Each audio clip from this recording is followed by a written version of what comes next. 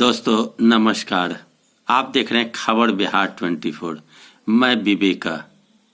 आज 26 नवंबर है। 26 नवंबर की छोटी बड़ी खबरों से मैं आपको अवगत करा दूं। राज्यों में रात्रि कर्फ्यू लगाने का अधिकार अब केंद्र सरकार ने राज्य को दे दिया है। पंजाब में 1 दिसंबर से रात्रि कर्फ्यू लगाई जाएगी। 1 दिसंबर से 31 दिसंबर तक की यह आदेश केंद्र सरकार द्वारा दी गई है। सुबह 5 बजे से रात्रि 10 बजे से सुबह 5 बजे तक रात्रि कर्फ्यू पंजाब में 1 दिसंबर से लगाने की बात कही जा रही है। निषिद्ध क्षेत्रों से बाहर लॉकडाउन के लिए केंद्र ने मंजूरी लेनी होगी। कंटेनमेंट जोन में सख्ती, बुजुर्गों बच्चों को घर से रहने की सलाह दी गई है। सिनेमा हॉल में 50% दर तक क्षमता के साथ रहेंगे। धार्मिक और सामाजिक कार्यक्रमों में 200 से ज्यादा लोग शामिल नहीं होंगे।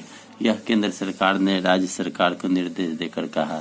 केंद्रीय गृह मंत्रालय ने कोरोना के रोकथाम को लेकर दिसंबर के लिए दिशा निर्देश जारी किए हैं। इसमें राज्यों को रात्रि कर्फ्यू लागू करने और सामाजिक धार्मिक समारोहों में लोगों की उपस्थिति को 200 से कम रखने का अधिकार प्रदान किया है। लेकिन स्थानीय लॉकडाउन के लिए पूर्व की भांति पहले केंद्र से मंजूरी लेनी होगी। दिशा निर्देश 1 दिसंबर से 31 दिसंबर तक प्रभावी रहेगा। गृह मंत्रालय द्वारा जारी निर्देशों में राज्यों से कोरोना रोकथाम के उपायों का कड़ाई से पालन करने, कंटेनमेंट कॉन्ट्रैक्ट टेस्टिंग तथा भीड़ को नियंत्रित करने के लिए कहा गया है। निर्देशों में कहा गया है कि कंटेनमेंट जोन से बाहर सभी तरह की छूटें जो मौजूदा समय में दी गई थी वह उसी स्वरूप में दिसंबर में भी जारी रहेगी, जबकि कंटेनमेंट जोन के भीतर केवल आवश्यक सेवाओं की ही इजाजत होगी। मंत्रालय ने दिसंबर के लिए निगरानी, रोकथाम, सावधानी दिशा निर्देश जारी करते हुए कहा है कि निर्देश का मुख्य लक्ष्य देश में कोविड-19 के खिलाफ मुकाबले में जो कामयाबी मिली है उसे बरकरार रखने के लिए ऐसा किया गया है। उधर लालू प्रसाद के ऑडियो वायरल होने के बाद राजनीति हलकों में काफी गहमागहमी मची हुई है। शक्ति सिंह यादव जो प्रदेश राजद के अध्यक्ष हैं, प्रवक्ता हैं, उन्होंने कहा है कि लालू जी का यह वीडियो वैध नहीं है, क्योंकि लालू प्रसाद यादव की आवाज कई लोग निकालते हैं और निकाल कर लोगों को के बीच चर्चा में आते हैं, इसलिए इसकी सत्यता नहीं है। सत्ता पक्ष का काम यही है कि लालू प्रसाद यादव को केवल निशाने पर लिया जाए। उधर हंगामे के बीच विजय सिन्हा विधानसभा अध्यक्ष निर्वाचित हुए। नीतीश कुमार, मुकेश सहनी, अशोक चौधरी को सदन से बाहर निकाले जाने के लिए तेजस्वी यादव ने आवाज उठाई, लेकिन प्रमोट स्पीकर जीतन राम मांझी ने कहा कि यह एक परंपरा है, इसलिए उन्हें रहने दिया जाए। वोटिंग हुई। वोटिंग में 126 मत सत्ता पक्ष के विजय सिन्हा को प्राप्त हुआ और 114 मत विपक्ष के सदस्य को प्राप्त हुआ, राजद नेता को, जिससे विजय सिन्हा ही अध्यक्ष विधानसभा के बने। उधर चाकू से गोद कर किसान की हत्या सालमाड़ी की गोरखपुर पंचायत स्थित मानगोई केशवपुर मार्ग के निकट बहियार में किसान की कर दी गई। हाजी मोहम्मद इसरूल 52 वर्ष के किसान हैं, जिनकी हत्या चाकू से गोद कर दी गई। इस विषय में एसपी विकास कुमार ने बताया कि मृतक की पत्नी जावेरून खातून के बयान पर हत्या का मामला दर्ज किया गया है। इसमें एक नामजद व एक अज्ञात को आरोपी बनाया गया है। जांच चल रही है। अब तक किसी के पकड़े जाने की सूचना प्राप्त नहीं हुआ। उधर मैं और एक इम्पोर्टेंट समाचार बताऊं। कांग्रेस के संकट मोचन कहे जाने वाले और वरिष्ठ नेता अहमद पटेल का 71 साल में निधन हो गया। पिछले दिनों कोरोना संक्रमित हुए थे। उनके निधन पर राष्ट्रपति रामनाथ कोविंद, पीएम नरेंद्र मोदी, कांग्रेस प्रमुख सोनिया गांधी ने दुख जताया है। कहा जाता है कि पटेल कोरोना से पीड़ित थे, वेदांता में इलाजरत थे। पटेल के पुत्र फैजल पटेल ने ट्वीट करके बताया कि 1 माह पहले उनके पिता संक्रमित थे।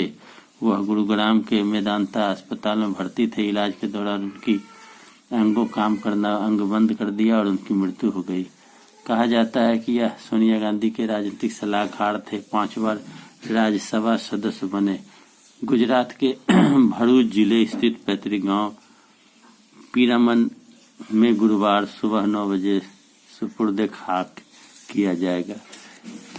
उधर अन्य समाचार में बताऊं कि खबर के मुताबिक मंत्रिमंडल में जितने सदस्य बिहार में बनाए गए हैं उन्होंने कार्यभार संभाल लिया है और कार्यभार संभालते ही अपने विभाग के अंदर काम करना प्रारंभ कर दिया है और वादे के मुताबिक काम करने के लिए लोगों ने मांग भी करना शुरू कर दिया है। सुबह के गांव में सोलर स्ट्रीट लाइट लगाने को होगा सर्वे। सरकार ने 7 निश्चय 2 में लिए गए निर्णय के आलोक में राज्य के सभी गांवों की गलियों और सोलर स्ट्रीट लाइट लगाने की कवायद शुरू कर दी है। नोडल विभाग Bihar renewable energy development agency ने इलाके के सर्वे करने का निर्णय किया है। इस काम में सरकार के दूसरे विभागों को भी मदद ली जा सकती है। चुनावी मैदान में जाने से पहले मुख्यमंत्री नीतीश कुमार ने 7 निश्चय 2 की घोषणा की थी। इसमें राज्य के हर गांव में सोलर स्ट्रीट लाइट लगाना था, ऐसा उन्होंने घोषणा किया है। उसके लिए कार्य प्रारंभ कर दी गई है।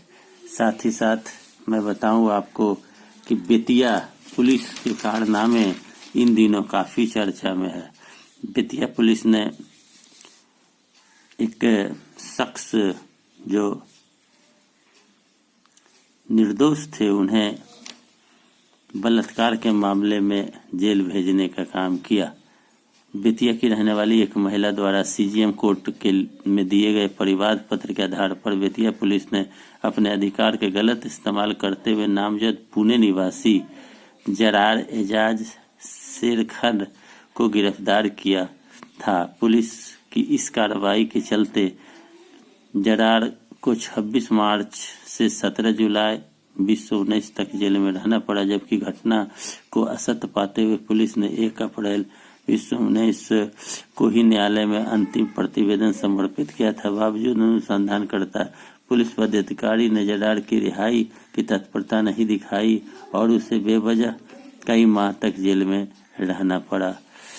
बेतिया पुलिस के इस कारनामे को देखते हुए राज्य मानवाधिकार आयोग के सदस्य उज्जवल कुमार दुबे ने बिहार सरकार को 5 लाख का मुआवजा देने का आदेश दिया है। यह मुआवजा युवक की मां को दिया जाएगा। वही इस मामले में संलिप्त पुलिस पदाधिकारियों के खिलाफ विभागीय कार्रवाई की भी आदेश हुई है। कहा जा रहा है कि इस प्रकार की हरकत जो पुलिस बिहार में करती है, बिना जांच पड़ताल किए किसी को भी पकड़कर जेल भेज देना, इससे बिहार सरकार के नुमाइंदों की काफ़ी किरकिरी हो रही है। तो मेरा वीडियो कैसा लगा? अच्छा लगे लाइक करें, शेयर करें, कमेंट करें, सब्सक्राइब करें मेरे चैनल को। धन्यवाद।